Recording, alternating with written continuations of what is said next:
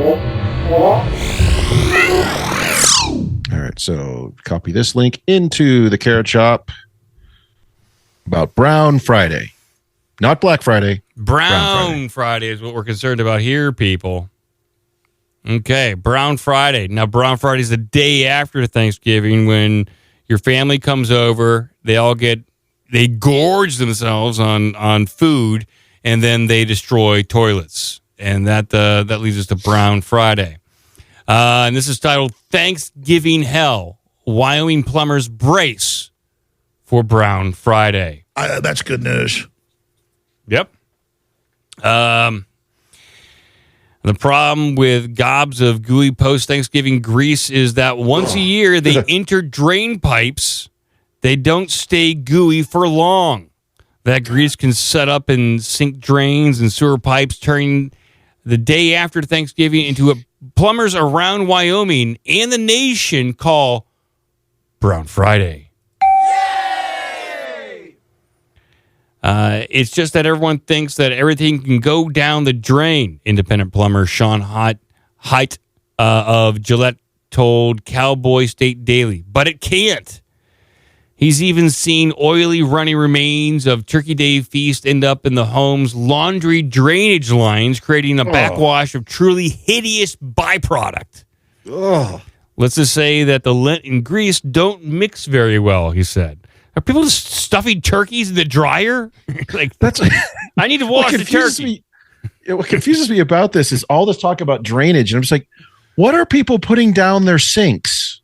It's incredible. Like, what are people doing? Like, are they putting their turkey in their laundry washer to make sure it's nice and clean, and then they already have too many things in the oven, so they put the turkey in the dryer as a secondary oven, and then when they're done, they just kind of start throwing everything down the toilet. Like they use their toilet as a garbage disposal. People are flushing toilets 10 times, 15 times. Truth Fury in the chat says, I got the dookie grease. Yeah. Also, people really shouldn't overestimate the capacity of their garbage disposals. Corey Cobb told the Cowboy State Daily. He's a master plumber and owner of Plumbing Masters in Casper. It's not a trash disposal. It's not a trash processing thing, he said. Brown Friday is widely recognized by plumbers across the country as their busiest day of the year and can be the bane of many homeowners, according to Realtor.com. Really? They talk about it on Realtor.com. That's what they talk about. Hey, don't flush that. They do. Beware Brown Friday, plumber's busiest day of the year. Absolutely. It's on Realtor.com. This is a big thing. I think we're one of the only podcasts that really reports on what is taking place, the horrendous things that happened the day after Thanksgiving. People are destroying the toilets left and right. So apparently there's two problems, and they dance around the second one there that you just mentioned. Here's another article. It's a shorter one from KTLA in Los Angeles, covering the same basic thing, but they're saying the issue seems to be a lot of people just running stuff down their drains, and they say don't. And they mentioned in the previous one, don't throw everything in the garbage disposal. Mm-hmm. Don't put certain liquids down there because they'll just congeal and gum up the work, sort of thing. But it's interesting. They say toilets aren't a second trash can. They say, like garbage disposal, certain items can't go down a toilet. Well, tell it to our buddy Joe, who Joe is notorious for flushing everything. Flushes all his Amazon boxes, old video games, everything just goes down the toilet with him. So they say here, experts say that toilets are only suitable for getting rid of, typo in there, only suitable to get rid of human waste and toilet paper, nothing else. Oh, yeah. And then they say, bullshit. If your toilet's being clogged, I don't think it's from people flushing like food waste down the toilet. I think it's from people processing that food and then over expressing into said toilet and jamming up the works. The suggestion they make here in this article is Thanksgiving hosts can set out extra trash cans in the bathrooms. And you can shit in those. Yeah, I'm not sure. There's a disconnect between what's going on here.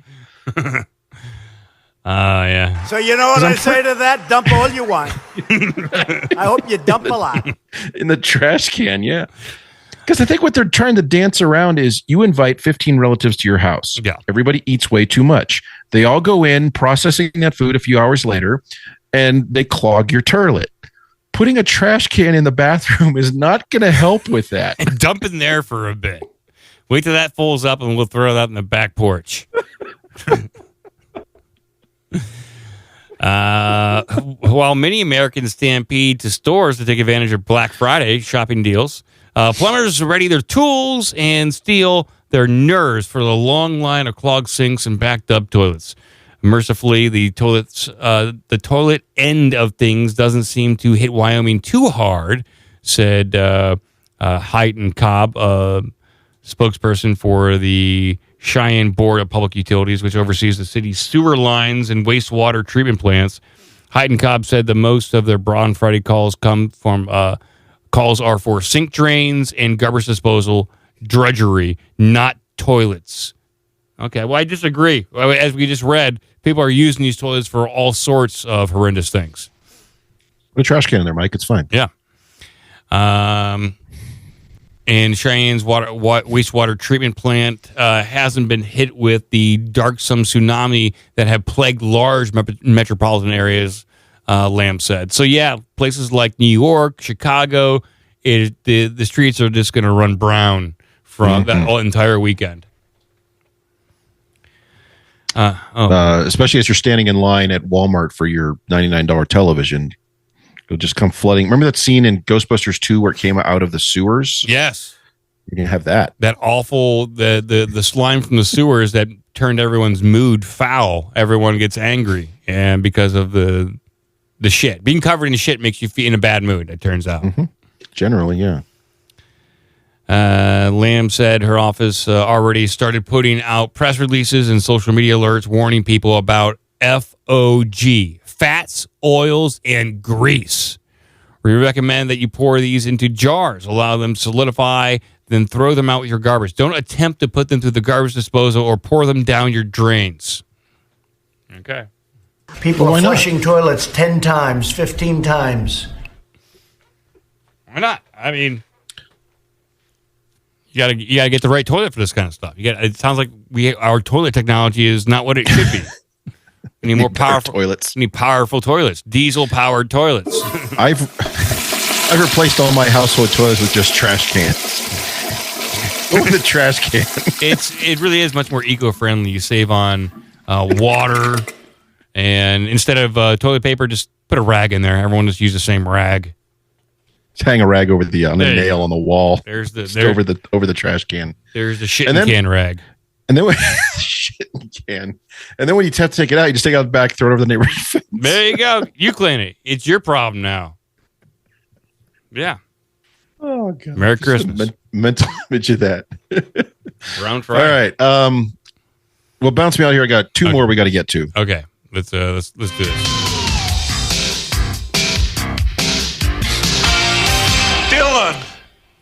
So, Dylan, I saw this one, thought of you because I believe you were telling us a story about how you went to Bob Evans with a friend a couple of months ago. I did go to Bob Evans. So if you happen to go to Bob Evans on Thanksgiving, you can have Thanksgiving at Bob Evans in a very unique way. So here you go. Here we go. Bob Evans debuts new Thanksgiving turkey sandwich. That's some good news on that front. All right. Well, there are some people out there that maybe they can't get home to their families. You got truck drivers out there that are keeping this country moving, and they cannot get home. So they stop off at Bob Evans, and why not treat themselves to something a little bit more Thanksgiving-y with a turkey sandwich. Bob Evans serves up the iconic flavors of Thanksgiving in the form of a handheld sandwich with the introduction of the new Thanksgiving turkey sandwich. Oh, really? The Thanksgiving turkey sandwich features the brand's signature slow-roasted turkey, homemade bread, and celery dressing, cranberry relish, and mayo on griddled brioche bread. The sandwich was it brioche bread? Brioche bread. Okay. What else is going on? The sandwich is served with home-style gravy for dipping in a side of French fries. Nothing says Thanksgiving like French fries. Yeah, the fries are an addition here, but what I find interesting is they piled all this stuff onto one sandwich. So, as in the photo, you get your stuffing, your turkey, your cranberry sauce, just all in one big pile. I don't see how the bread's integrity is maintained with a sandwich this dense and this packed. Like, I think it like the bread it's got to be very dense in order to maintain its structure. I don't see how this is possible. I'm gonna have to go see for myself, I guess.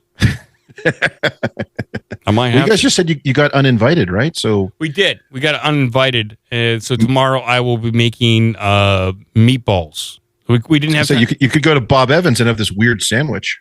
I could, but I mean, this is like last minute, so we couldn't go out and get like a new a turkey for ourselves to have our own Thanksgiving. So I got meat. I'm going to make myself meatball subs.